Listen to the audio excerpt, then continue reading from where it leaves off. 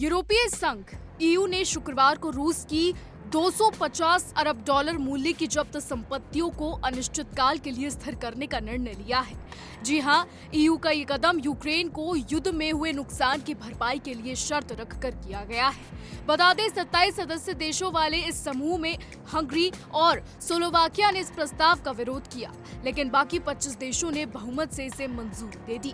बता दें, रूस ने इस निर्णय पर तीखी प्रतिक्रिया दी है और कहा है कि उसकी संपत्ति को गैरकानूनी तरीके से हड़पने की साजिश रची जा रही है। रूसी केंद्रीय बैंक ने बेल्जियम के खिलाफ कानूनी कार्रवाई की चेतावनी भी दी है। ईयू यानी कि यूरोपीय संघ ने स्पष्ट किया कि अगर रूस ने यूक्रेन को हुए नुकसान की भरपाई नहीं की तो उसकी जब्त संपत्तियों का इस्तेमाल यूक्रेन की सहायता के लिए किया जाएगा।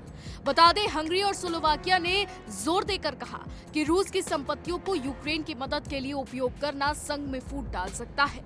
दोनों देशों का मानना है कि इससे यूरोपीय एकता कमजोर हो सकती है। ये संपत्तियां पहले ही रूस के यूक्रेन पर आक्रमण के विरोध में जब्त की गई थी। फिलहाल बेल्जियम की संस्था यूरोक्लियर इन संपत्तियों की रखरखाव और सुरक्षा की जिम्मेदारी निभा रही है। बता दें, यूक्रेन ने हाल ही में कुपियांस्क शहर के कुछ हिस्सों पर फिर से कब्जा करने का दावा किया है। कहा गया है कि वहां रूसी सैनिकों को घेर लिया गया है और दोनों पक्षों के बीच भीषण लड़ाई जारी है। रूस ने नवंबर में दावा किया था कि कुपियांस्क पूरी तरह से उसके कब्जे में है, लेकिन यूक्रेन ने इसे चुनौती दी। शुक्रवार को रूस ने यूक्रेन के बंदरगाह शहर ओडेसा में स्थित बिजली घर पर हमला किया। इस हमले से आग लगी और शहर में अंधेरा फैल गया। हालांकि इस हमले में किसी के हताहत होने की सूचना नहीं मिली है। रूस ने बताया कि यूक्रेनी सेना के छोड़े 90 ड्रोन नष्ट किए गए, जिनमें से 8 मॉस्को की ओर बढ़ रहे थे। बता दें, यूक्रेन और रूस अब समुद्री मार्गों पर भी सक्रिय हो गए हैं। ओडेसा के समुद्र तट पर रूसी नौसेना ने तुर्की कंपनियों के स्वामित्व वाले 3 जहाजों पर हमला किया, जबकि यूक्रेन के कैस्पियन सागर में रूस के 2 जहाजों को निशाना बनाया गया। यूक्रेन का कहना है कि इन जहाजों में सैन्य सामान ले जाया जा रहा था। वहीं डेनमार्क की खुफिया एजेंसी ने अपने रिपोर्ट में अमेरिकी राष्ट्रपति ट्रंप की नीतियों को लेकर चेतावनी दी है।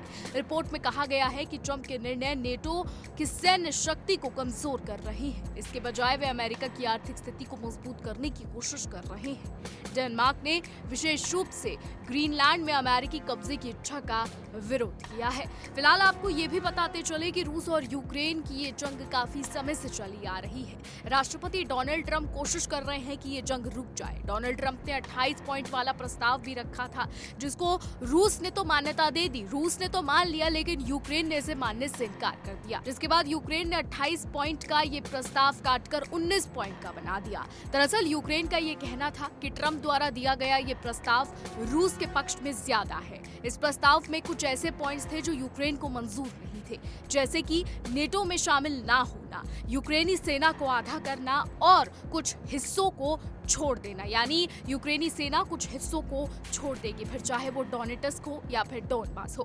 इसको लेकर यूक्रेन राजनयिक और यूक्रेनी राष्ट्रपति ज़ेलेंस्की सहमत नहीं थे। वहीं रूस इस पर सहमति दिखाता नजर आ रहा था। तो वहीं यूक्रेन का ये कहना था कि ट्रंप का ये प्रस्ताव रूस के पक्ष में है। जिसके बाद जिनेवा में अमेरिकी राजनयिक और यूक्रेनी राजनयिकों के बीच मीटिंग हुई और इस प्रस्ताव को यूक्रेन ने 19 पॉइंट का बना दिया, जिसको मानने से रूस ने मना कर दिया। हालांकि आपको ये भी बता दें कि ट्रंप ने जब ये प्रस्ताव रखा था, उन्होंने साफ कहा था कि ये कोई फाइनल प्रस्ताव नहीं है। इस पर यूक्रेन चाहे तो उसमें बदलाव कर सकता है, ये कोई फाइनल प्रस्ताव। बहरहाल इसके बाद भी अभी भी युद्ध जारी है। इस बीच रूस यूक्रेन पर हमला कर रहा है, यूक्रेन भी लगातार रूस पर हमला कर रहा है। दोनों देश एक दूसरे पर कब्जे की बात कर रहे हैं, कुछ क्षेत्रों पर कब्जे की बात कर रहे हैं। और इसी बीच यूरोपियन यूनियन का इस तरीके से रूस को लेकर, संपत्ति को लेकर इस तरीके से बयान सामने आना यहाँ पर बड़ा बवाल खड़ा कर सकता है। जहाँ 25 देश इसके पक्ष में है तो वहीं 2 देश इसके विरोध में है।